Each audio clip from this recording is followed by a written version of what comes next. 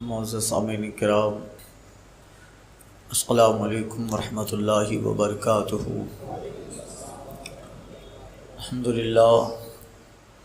الحمدللہ الذی ابدع الافلاک والارضین، والصلاۃ والسلام علی من کان نبیا وآدم بین الماء والطین۔ اما بعد فاعوذ باللہ من الشیطان الرجیم، بسم اللہ الرحمن الرحیم۔ اولئک کتب فی قلوبہم الایمان وأیدہم بروح منہ، صدق اللہ المولانا العظیم وبلغنا رسولہ النبی الامین المتین الکریم،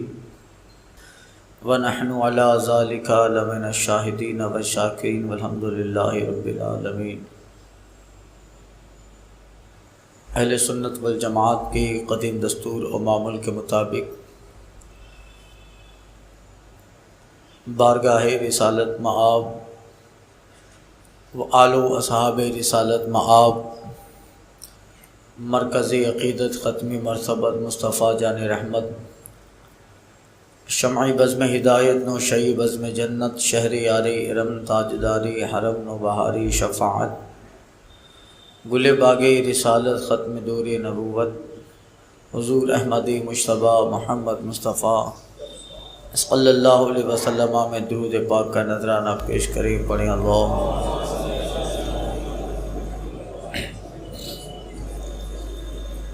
صلاۃ و سلام علیک یا سیدی یا حبیبی یا رسول اللہ، وعلی آلک و صحابک یا نور اللہ۔ خدا والے دل کی بستیاں آباد کرتے ہیں،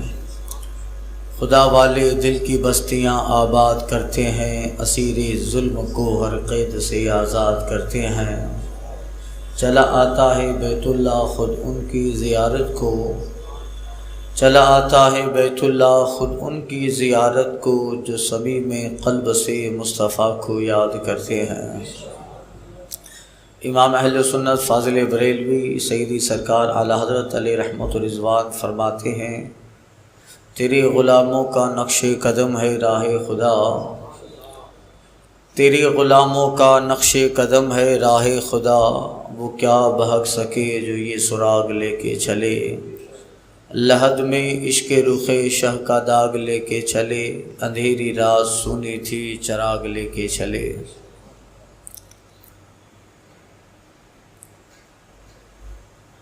حضرات وقار، محرم شریف کا یہ مقدس مہینہ ہے اور آج اس کی 24 تاریخ۔ آنے والے دنوں میں ہندوستان کی ایک عظیم شخصیت عارف باللہ، تاریخ الدنیا، سلطان العارفین، حضرت شیخ سید مخدوم اشرف جہانگیر مختوم سمنانی علیہ رحمہ کے وصال کی تاریخ آ رہی ہے، جو سلسلہ اشرفیہ کے بانی اور مبانی ہیں، اور اہل اللہ اور صالحین کی فہرست میں ایک بہت بڑا مقام اور منصب مخدوم سمنا علیہ رحمہ کا ہے۔ ہندوستان میں وہ حضرات اور شخصیات جنہوں نے تبلیغ دین سے اسلام کی جڑوں کو مضبوط کیا اور جن کے دم قدم سے اسلام ملک ہند میں لہلایا، ایک بڑا نام سرکار غریب نواز رضی اللہ تعالی عنہ کا ہے، ایک نام حضرت علاء الدین علاء الحق پنڈوی رحمۃ اللہ تعالی علیہ، تیسرا نام حضرت شرف الدین یحییٰ منیری رحمۃ اللہ تعالی علیہ، اور بے شمار اولیاء اور صالحین، جن میں ایک بہت بڑا نام حضرت مخدوم سمنا علیہ رحمت رضوان کا ہے۔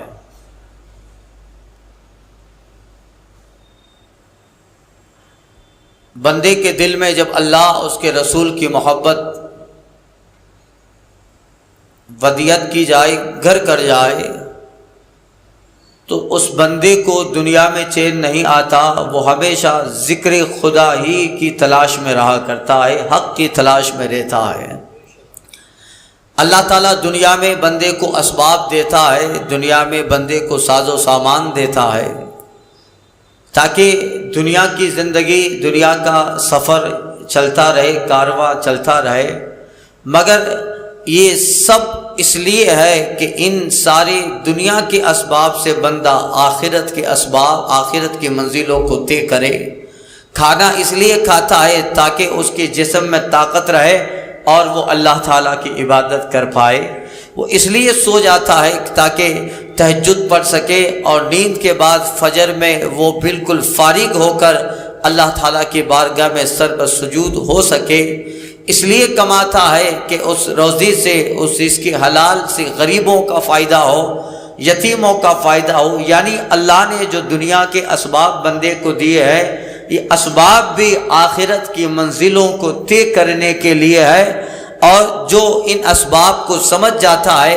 اور دنیا اور اس کی حقیقت کو سمجھ گیا، پھر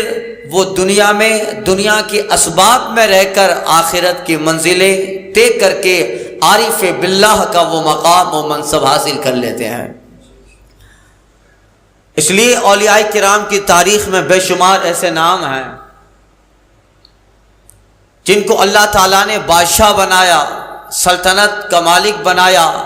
حکمراں بنایا، حاکم بنایا، مگر ان کا سینہ اللہ اس کے رسول کی محبت کا ایسا گنجینا تھا کہ تخت پر بیٹھ کر بھی ذکر الہی سے ایک لمحہ بھی وہ غافل نہ ہوئے۔ جو اللہ کی یاد جس کی غذا اور خوراک بن جاتی ہے، رب کا ذکر جن کا وتیرہ بن جاتا ہے، پھر وہ دنیا کے ساری منزلیں طے کرتا ہے، اس لیے کہ اللہ تعالیٰ نے دنیا میں اسے بھیجا ہے تو دنیا میں لوگوں کے حق، رعایا کے حق اور جو ذمہ داریاں اللہ تعالیٰ نے بندے کو دی ہے وہ ادا کرتا ہے، مگر اللہ تعالیٰ سے جب دل لگ جاتا ہے تو پھر وہ تخت پر بیٹھے، وہ تاج پہنتا ہے، وہ اپنے سلطنت کے ایوان میں رہتا ہے، اپنے سپاہی، اپنے خادم، اپنے وزیروں کے ساتھ رہتا ہے، مگر بدستور اس کے دل کا تعلق یاد الہی سے لگا رہتا ہے۔ انہی میں ایک ذات حضرت مخدوم اشرف سمنہ رحمۃ اللہ تعالی علیہ کی ہے، جنہوں نے ہندوستان میں اسلام کی وہ عظیم الشان خدمت کی کہ رہتی دنیا تک ان کا نام سنہرے حرفوں سے لکھا جائے گا، اور کئی ایک مقامات پر سرکار اعلیٰ حضرت علیہ رحمت و رضوان نے ان کے القابات اور ان کا جو تعارف پیش کیا ہے، یقیناً یہ وہ بڑی شخصیت ہیں۔ سنیے، آپ سمنا کے رہنے والے تھے، ایران کا علاقہ سمنان،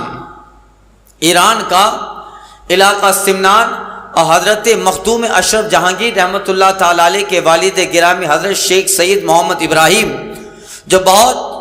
عابد و زاہد، شب زندہ دار، تہجد گزار، اور ان کی والدہ حضرت سیدہ خدیجہ بنت یسوع رحمۃ اللہ تعالی علیہ، ماں باپ کی ملی جلی پرورش سے 7 سال کے اندر حضرت مخدوم اشرف سمنہ رحمۃ اللہ تعالی علیہ قرآن مجید حفظ فرما لیتے ہیں۔ باپ بہت بڑے ریاست کے مالک ہیں اور بہت بڑے حاکم ہیں، اور ان کے جو ہے جانشین اور لخت جگر حضرت سید مخدوم اشرف سمنہ رحمۃ اللہ تعالی علیہ ہے، اور باپ کا منصب انہوں نے ہی سنبھالا۔ یعنی آپ سمنا کے بادشاہ ہوئے، مخدوم سمنا آپ کو کہا گیا، آپ حاکم سمنا، مخدوم سمنا ہوئے، دولت، رعایا اور درہم و دینار کا انبار ہے۔ ایک بہت بڑی سلطنت کے بادشاہ حضرت مخدوم سمنا علیہ رحمت و رضوان ہے، مگر دل میں ابھی تک اضطراب باقی ہے، دل میں ابھی تک بے چینی باقی ہے۔ یہ سارے حاصل کرنے کے بعد بھی اندرونی طور پہ دل مطمئن نہیں ہو رہا ہے، یعنی کسی کی تلاش ہے، کسی کی جو ہے حق کی تلاش ہے کہ دل کو مطمئن کر پائے، دل اندرونی طور پہ سیٹسفائیڈ ہو جائے، بس اسی فکر میں ہے۔ ایک دن حضرت مخدوم سمنہ علیہ رحمت و رضوان اپنے محل میں آرام فرما رہے ہیں، اور حضرت خضر علیہ الصلاۃ والتسلیم، حضرت خضر علیہ السلام ان کے خواب میں تشریف لاتے ہیں اور فرماتے ہیں، او مخدوم اشرف، تمہارے لیے یہ اللہ تعالیٰ نے سلطنت دنیا نہیں رکھی ہے، اللہ تعالیٰ نے تمہارے لیے سلطنت ولایت کا انتخاب فرما لیا ہے، تمہارے لیے روحانیت کی سلطنت، اور تمہیں اللہ تعالیٰ روحانی تاجدار اور روحانی حاکم و بادشاہ بنائے گا۔ فوراً اٹھو، یہ ساری چیزیں چھوڑو اور ہندوستان میں جاؤ، ملک ہند تمہارا انتظار کر رہا ہے۔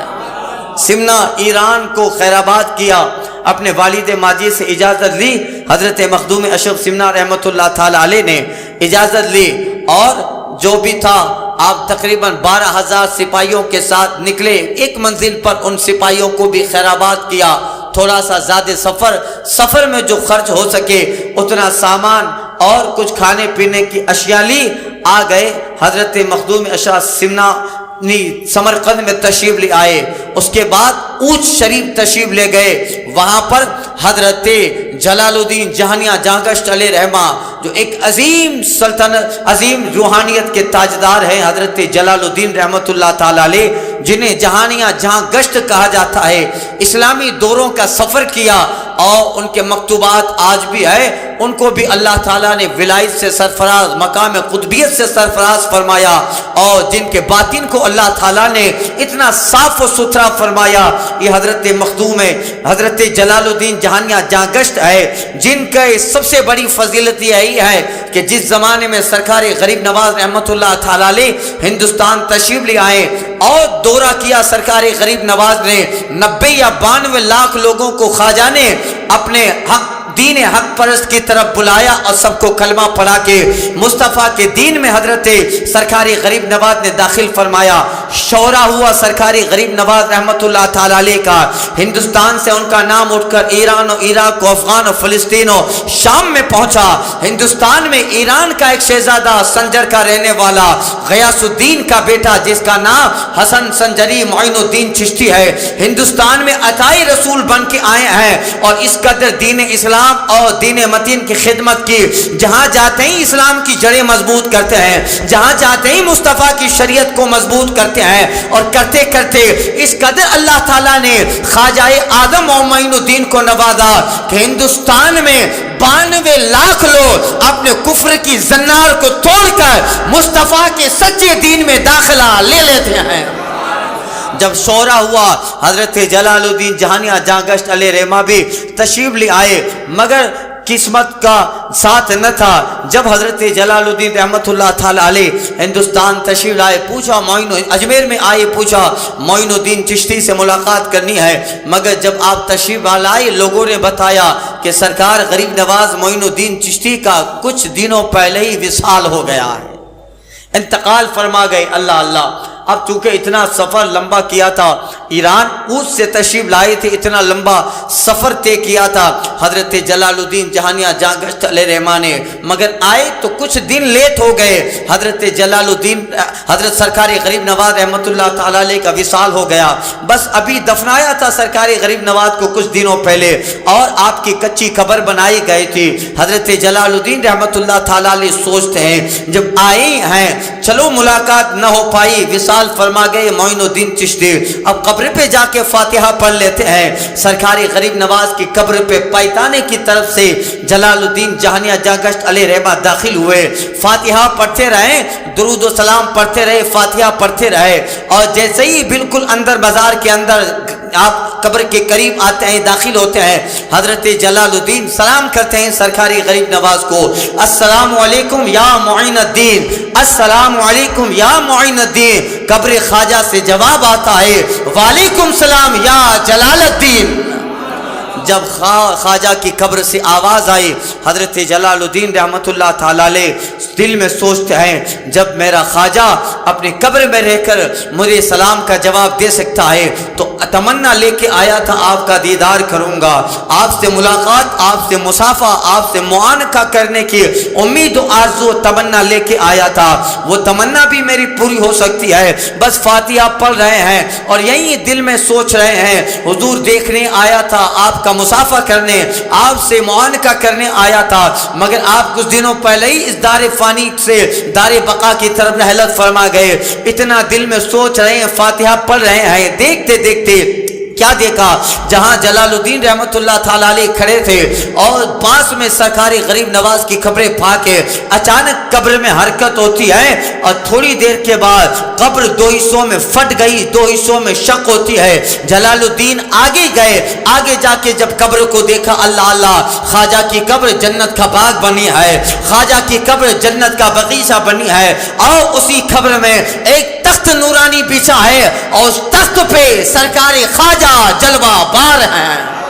اللہ اللہ، تھوڑی دیر کے بعد تخت اوپر آیا، سرکار غریب نواز باہر تشریف لے آئے اور آپ فرماتے جلال الدین ہماری ملاقات کرنے آئے تھے، ہمیں دیکھنے آئے تھے، ہم سے مسافہ کرنے آئے تھے۔ لو، فقیر جب دنیا میں تھا تب بھی فقیر کی بارگاہ اور دربار سے کوئی خالی ہاتھ نہیں جاتا تھا، آج بھی فقیر کی بارگاہ سے کوئی خالی ہاتھ نہیں جائے گا، آؤ گلے ملو۔ سرکار غریب نواز نے مسافہ کروایا، گلے سے لگایا، اجازتیں وہ خلافت سرکار جلال الدین جانیہ جانگشت رحمت اللہ تعالی علیہ کو عطا فرمائے۔ بس وہیں سرکار خواجہ کا کرم ہوا، اجازت خلافت معان خواہ یہ ایسا رنگ لاتا ہے کہ پھر اللہ تعالیٰ نے سرکار جلال الدین رحمت اللہ تعالیٰ علیہ کو آگے چل کر مقام و منصب ایسی عطا فرمائے، ان کی نسلوں میں اللہ نے اولیاء بنائے، ان کی نسلوں میں اللہ تعالیٰ نے خواجہ و قطب بنائے۔ حضرت سرکاری جلال الدین جہانیہ جا کر انہی کے پوتے کا نام حضرت قطب عالم بحران الدین ہے، انہی کے پر پوتے کا نام شاہی عالم سراج الدین ہے۔ ایسے اللہ تعالیٰ نے ان کی نسل میں بڑے بڑے اولیاء بنائے۔ یہ جتنے بھی اولیاء جلال الدین کی نسل میں ہیں یہ سب صدقہ سرکاری خواجہ کا تھا۔ یہ حضرت جلال الدین، ان کے پاس سرکار مخدوم سمنا تشریف لے آئے، کچھ وقت رہے اور پھر ان سے اجازت طلب کیے اور آپ سے فرمایا کہ اب تم آگے کا سفر طے کرو۔ حضرت مخدوم سمنا رحمت اللہ تعالیٰ علیہ آگے کا سفر طے کر کے دہلی میں تشریف لے آئے، کچھ دن دہلی میں قیام فرمایا اور پھر آپ جو ہے بہار تشریف لے گئے۔ جیسے ہی بہار پہنچتے ہیں حضرت شیخ مخدوم یحییٰ منیری رحمت اللہ تعالیٰ علیہ جو بہار کے قطب بہار ہیں، مخدوم بہار حضرت شیخ شرف الدین یحییٰ منیری رحمت اللہ تعالیٰ علیہ ایک بہت زبردست ولی ہیں، بہت زبردست صوفی، تاریک الدنیا، اور جو ہے تاریک الدنیا اللہ تعالیٰ نے ان کا باطن اس قدر صاف مجلہ اور مسکہ بنایا تھا۔ حضرت مخدوم یحییٰ منیری رحمت اللہ تعالیٰ علیہ ان کے جنازے کا وقت تھا، مخدوم اشرف سمنا رحمت اللہ تعالیٰ علیہ نے نماز جنازہ پڑھائی، جنازے میں شریک ہوتے ہیں اور پھر جو ہے وہاں سے اپنا آگے والا سفر طے کیے جہاں ان کو جانا تھا، یعنی ان کا حصہ اللہ تعالیٰ نے اس وقت بنگال کا علاقہ پنڈوا میں عارف باللہ شیخ پنڈوا مخدوم بنگال حضرت علاء الحق پنڈوی رحمت اللہ تعالیٰ علیہ جو بہت زبردست اللہ کے ولی اور مخدوم بنگال مانے جاتے تھے، حضرت مخدوم سمنا رحمت اللہ تعالیٰ علیہ مخدوم پنڈوا مخدوم بنگال علاء الحق پنڈوی رحمت اللہ تعالیٰ علیہ کے پاس تشریف لے آئے۔ جیسے ہی آپ ان کے پاس پہنچتے ہیں حضرت علاء الحق پنڈوی رحمت اللہ تعالیٰ علیہ فرماتے ہیں او مخدوم سمنا، بڑی دیر کر دی، زمانوں سے ہم تو تمہارا انتظار کر رہے تھے۔ اللہ اللہ، زمانوں سے ہم تمہارا انتظار کر رہے تھے، یعنی پہلے ہی ان کو جو ہے خواب میں یہ ساری باتیں بتائی گئی کہ تمہارے سلسلے ارادت میں ایک بزرگ اور ایک آدمی، ایک انسان تمہارے سلسلے ارادت میں داخل ہوں گے جو سمنا کی سلطنت کو چھوڑ کر، سمنا کی بادشاہت کو چھوڑ کر تمہارے پاس آئیں گے اور تم سے طلب بیعت کریں گے، ان کو مرید بنانا۔ حضرت علاء الحق پنڈوی رحمت اللہ تعالیٰ علیہ نے حضرت مخدوم سمنا رحمت اللہ تعالیٰ علیہ کو اپنی بیعت میں لیا، اپنی ارادت میں لیا اور پھر وقت چلتا رہا، اجازت و خلافت مخدوم بنگال عطا فرماتے رہے، یہاں تک کہ 22 سال مخدوم سمنا رحمت اللہ تعالیٰ علیہ علاء الحق پنڈوی رحمت اللہ تعالیٰ علیہ کی بارگاہ میں رہتے ہیں، 12 سال ان کی بارگاہ میں رہے۔ ان 12 سال میں مخدوم بنگال نے مجاہدہ کی منزلیں طے کروائی، ان 12 سال میں ریاضت کی مندیلیں تھے کھلوائی، عارف باللہ بنایا، عارف باللہ بنایا، اور بہت ان کا اندر کا جتنا بھی نفس تھا ان کو صاف کیا، تزکیہ نفس کیا۔ اس قدر اجازتیں، اس قدر خلافتیں، اس قدر روحانیت اثرات مخدوم سمنا کے دل میں ڈالے۔ 12 سال کی خدمت کے بعد جب حضرت مخدوم اشرف جہانگیر رحمت اللہ تعالیٰ علیہ، علاء الحق پنڈوی رحمت اللہ علیہ کی بارگاہ سے جب رخصت ہوئے ہیں تو مخدوم سمنا بھی اپنے زمانے کے بہت زبردست ولی کامل بن چکے ہیں، بہت بڑے ولی کامل مخدوم سمنا بن چکے ہیں۔ وہاں سے پھر آ گئے آپ یو پی کے علاقے کچھوچا شریف میں، اور آپ نے پھر خدمت کی۔ اللہ اللہ، جب بندے کے دل میں اللہ اس کے رسول کی سچی محبت ودیت کر جائے تو پھر اس کی خوراک اچھی غذا نہیں ہوتی ہے، اس کی خوراک اللہ کا ذکر ہوتا ہے۔ سلطنت چھوڑی، بادشاہت کو چھوڑا، ٹھکرا دیا۔ اسے معلوم تھا انہیں کہ حقیقی لذت ان چیزوں میں نہیں ہے، حقیقی لذت تو ذکر خدا اور ذکر حق میں ہے۔ اور وہ بندہ جو اللہ اس کے رسول کے قوانین پر، شریعت پر اور شریعت کی پابندیوں کو عمل میں لا کر الامر بالمعروف و نہی عن المنکر کی منزلوں کو طے کر کے بندہ خدا کا ہو جاتا ہے تو قسم رب کعبہ کی اس بندے کو اس تخت پہ مزہ نہیں آتا جتنا مزہ اپنی ٹوٹی پھوٹی جھونپڑی میں آتا ہے، جن کا تزکیہ نفس ہو جاتا ہے، صاف ہو جاتے ہیں۔ حضرت مخدوم اشرف سمنا رحمۃ اللہ تعالیٰ علیہ سلطنت کو چھوڑا۔ اب یہ کوئی کہنے کو بہت آسان بات ہے، مگر تخت چھوڑ دینا، بادشاہت چھوڑ دینا، یہ بڑے مضبوط کلیجے والوں کا کام ہوتا ہے، مضبوط کلیجے والوں کا کام ہوتا ہے جو تخت چھوڑے، تاج چھوڑے۔ یہ سارا کر و فر، آگے پیچھے فوجیوں کے قطار سپاہی لگے ہیں، اور ناز و ادا، یہ نعمتیں، یہ چھوڑنا ہر کس و ناکس کا کام نہیں ہوتا ہے۔ جن کے دل میں اندر روحانیت گھر کر جاتی ہے وہ چھوڑتا ہے۔ اس کے لیے مضبوط کلیجہ چاہیے، اس کے لیے مضبوط دل چاہیے کہ ان سب کو چھوڑ کے فقیری لباس اختیار کر لیتا ہے، فقیری اختیار کر لیتا ہے۔ وہ سمجھتا ہے کہ فقیری میں حقیقی بادشاہت ہے۔ اسی طرح بہت ایسے اللہ والے ملیں گے۔ اسی علاقے بلخ کے ایک بہت بڑے بزرگ تھے حضرت مظفر بلخی رحمۃ اللہ تعالیٰ علیہ، بلخ کے بادشاہ ہیں مظفر بلخی۔ جس طرح مخدوم سمنا رحمۃ اللہ تعالیٰ علیہ، ان کا حصہ اللہ تعالیٰ نے علاء الحق پنڈوی رحمۃ اللہ علیہ کے پاس رکھا تھا، مخدوم بنگال کے پاس۔ بلخ کے بہت بڑے حاکم تھے مظفر بلخی، اللہ نے ان کا حصہ مخدوم سمنا کے پاس رکھا تھا۔ وہ بھی بلخ کا تاج چھوڑ کر حضرت مخدوم سمنا کی بارگاہ میں آئے، تلاش مرد حق کرتے کرتے